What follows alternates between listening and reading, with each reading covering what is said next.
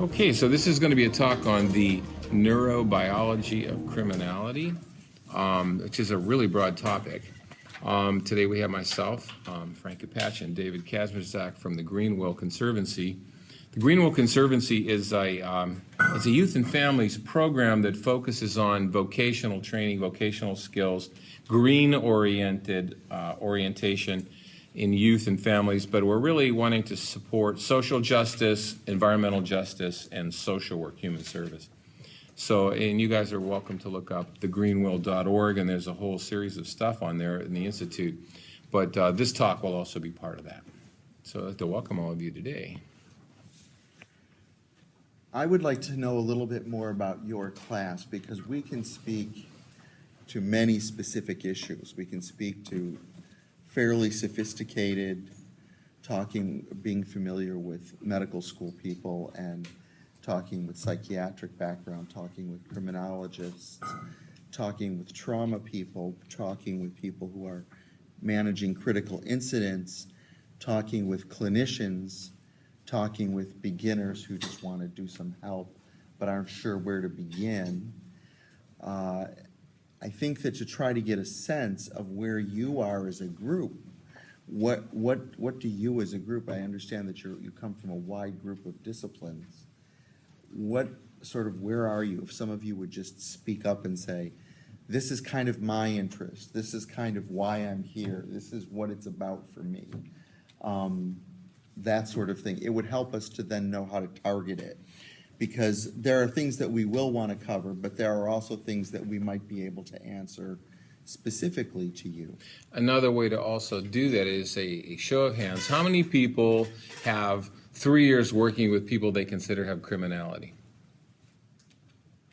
Okay, anybody more than 3 years working with people that they consider having criminality? Okay, so we have kind of 3 years or under. So we have students from a wide range of health, human services, social work, and so on. How many people are interested at all in a field of working with any aspect of criminality? Okay, all right, okay, cool. How many people would like to know more about criminality to protect themselves and their families? Okay, very good. All right, well, that gives me a good sense. Okay, great, thanks. Cool. And they will have just read a chapter this week specifically around biological theory, so I'm sure that they have questions that reading has spurred for them. Cool. Okay, good.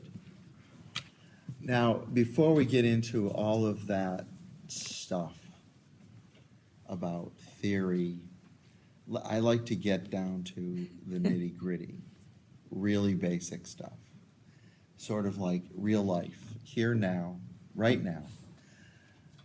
You can close your eyes so you don't have to see each other. And what we will do is we will ask for a show of hands. So if you close your eyes, don't look. Don't look around the room. No fair looking.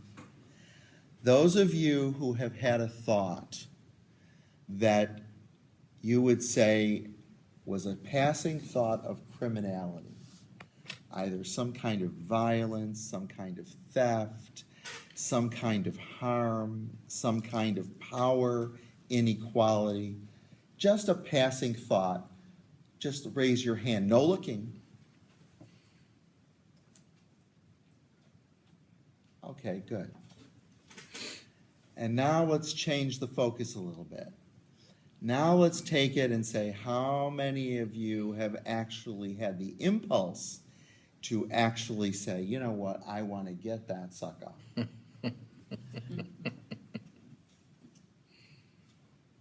Okay, good. How many of you would say that you can put your hand down. You really want to get him. How many of you would say that you have, if your looks could kill, that chances are somebody would have either been knocked off their feet, or they would have gotten harmed, or they might have actually gone dead? Raise your hands, please. Okay. Now let's see a show of hands of how many of you have never had any of those kinds of ideas, thoughts, feelings, or actions. All right. So we have one angel in the room. And the rest of you have got a devilish side. Okay, you can open up your eyes. The important thing from my viewpoint is that if you were seeing what I was seeing, the vast majority of you were raising your hands. This is important to pay attention to because criminality is something that we think is out there, over there, somebody else, not me. I'm not going to do that. I wouldn't do that. How could they possibly do that? I'm not wired that way. That's just not the way it works. Not a good idea to think like that. Not a good idea. First of all, if you think like that, you have a disconnect between you and the person. And the criminal is still a person. And it's really important to understand, to start out with that idea that a criminal is first a person. Because a person is somebody that you can have empathy with. A person is somebody that you can have a sense of understanding for. A criminal is somebody that you sort of label and say, you're this thing. I had an incident where somebody that I respect very highly had gone on to graduate school in social work from a very well-regarded national university. And they were doing an internship in sex abuse. And when they did the family intake, they wrote down, and the family member said, and the client said, and they included the perpetrator. That case was brought to the director. The student was brought to the director. The School of Social Work was brought to the director. And the director directed the school to say, we do not allow anybody to put in the record that the perpetrator is a client.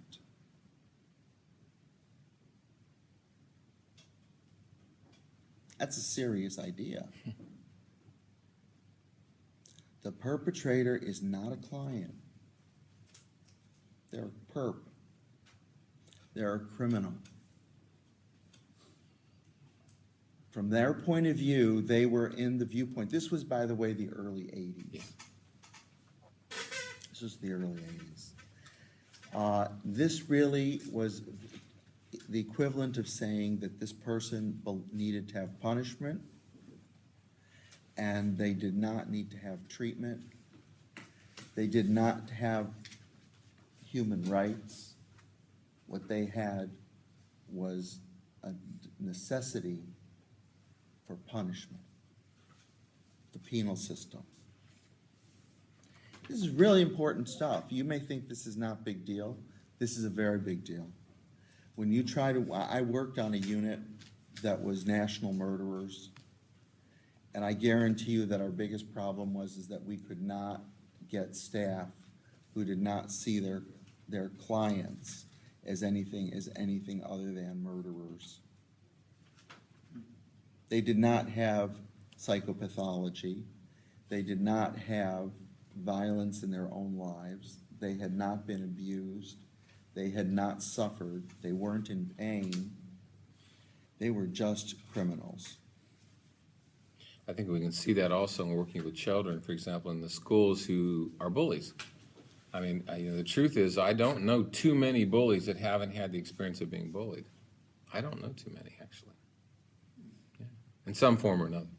Yeah. So it's very important to understand the human component.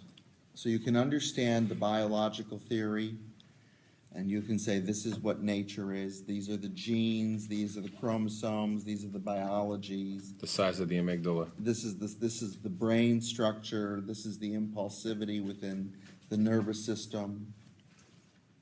But these are still people. And as a social worker, that's very important to me, because in human service, it's about remaining humane.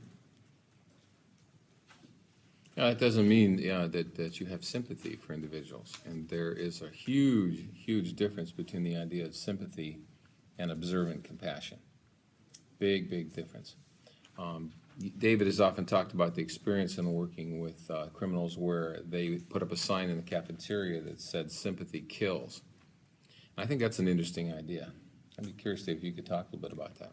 That came out of about 3 years of intensive inpatient, 24/7 forensic therapeutic community lifestyle, where the perpetrators, the criminals, got in touch with their pain, and one of the things that they cautioned the staff with, not themselves, they cautioned the staff that sympathy kills.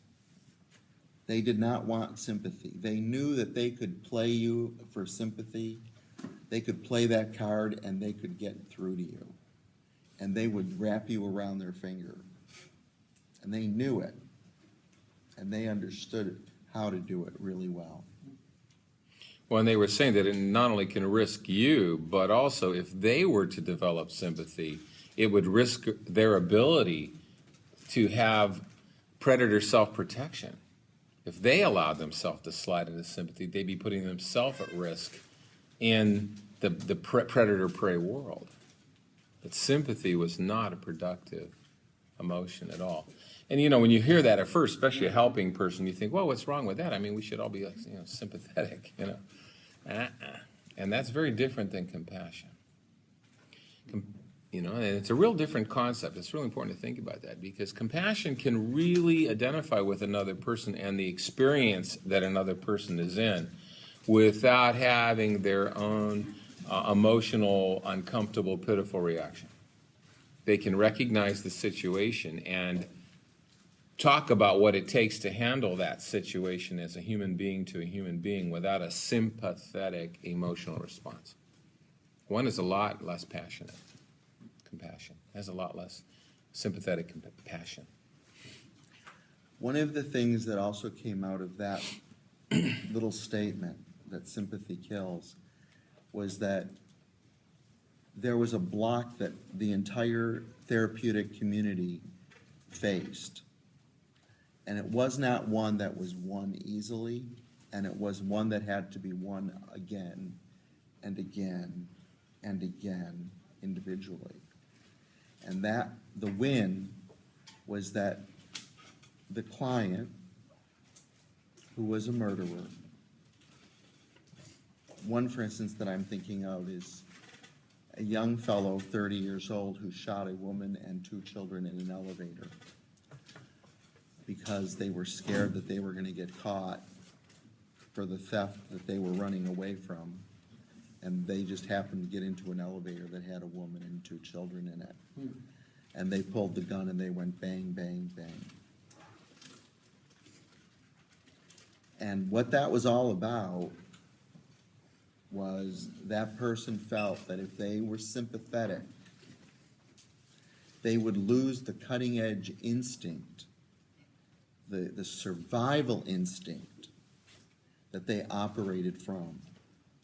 They absolutely were in touch with and could talk about, as a group of people, they could talk about what it was like to function deliberately with human instinct at the level that was almost animalistic.